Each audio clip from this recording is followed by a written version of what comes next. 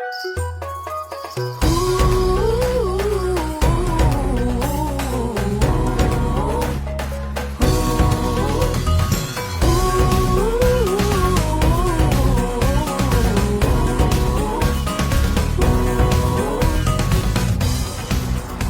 turismo ay hindi lamang tungkol sa mga lugar na ating pinupuntahan.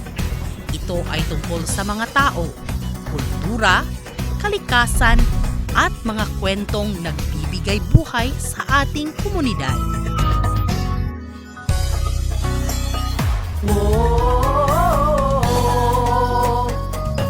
In the municipality of Villanueva, Misamis Oriental, tourism is a shared responsibility and a powerful tool for community development.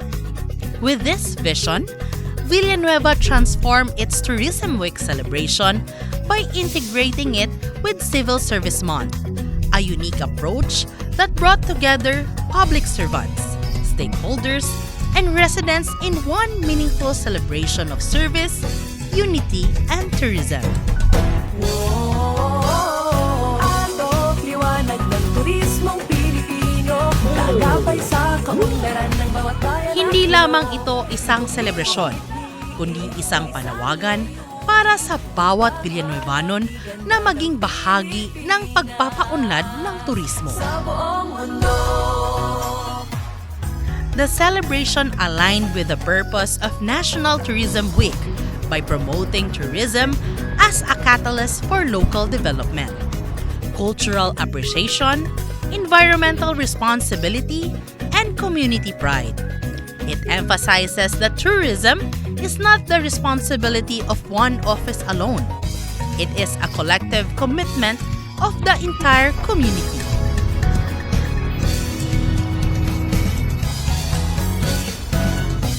Ang pangangalaga sa kalikasan ay pangangalaga rin sa kinabukasan ng ating turismo. Through the Coastal Cleanup Drive and tree growing activity, the celebration promoted responsible and sustainable tourism practices. These initiatives encourage residents, employees, and partners to protect Villanueva's natural resources and recognize the environment as a vital foundation of tourism development. Kapag sama-sama ang komunidad, mas magiging makabuluhan ang bawat hakbang patungo sa pag-unlad. The success of the celebration was made possible through the active participation of barangays, schools, government offices, private partners, sponsors, cultural groups, youth organization, and residents. From participation to providing support and resources, every stakeholder becomes an important partner in making the celebration meaningful and successful. Ang kabataan ang ating mga kwentista ng turismo. Sila ang magbibigay buhay sa kwento ng ating bayan. Through the digital promotional video contest and HIV awareness short film contest, the celebration provide avenues for tourism education, advocacy, and creative expression. Young participants used their talents in storytelling and media production to promote tourism awareness, social responsibility, inclusivity, and positive community values.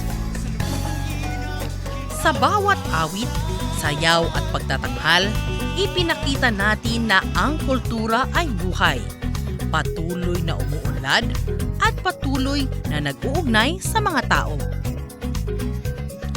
The K-pop and P-pop Intercultural Exchange Performance Night showcased the Villanueva's creative and cultural identity through the talents of the Villanueva Chorale, Unity Band, Villanueva Dance Troupe, Opulence Dance Team, Taekwondo performers, cheerleaders, and Artnak Pungmul.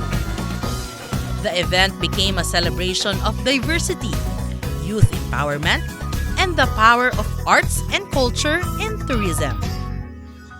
Sa likod ng bawat matagumpay na programa ay ang maayos na pagpaplano, pagtutulungan at dedikasyon. Through proper coordination, documentation, resource mobilization, and strong partnership, Villanueva established a sustainable model for future Tourism Week celebration. The experience, records, and outcome of the program serve as a foundation of continuous improvement and stronger tourism initiatives in the years ahead. Ang Tourism Week celebration ng Villanueva ay hindi lamang isang event. Ito ay simbolo ng pagkakaisa, pagmamalaki, at sama-samang pagkilos para sa mas magandang kinabukasan. Through innovation, sustainability, cultural appreciation, and community collaboration, Villanueva continues to prove that tourism is a powerful force that connects people, preserves identity, and creates opportunity. Municipality of Villanueva Tourism Week Celebration, kung saan ang serbisyo ay naging turismo, ang kultura ay naging inspirasyon, at ang bawat Villanuevanon ay naging ambasador ng pagmamalaki at pag-unlad.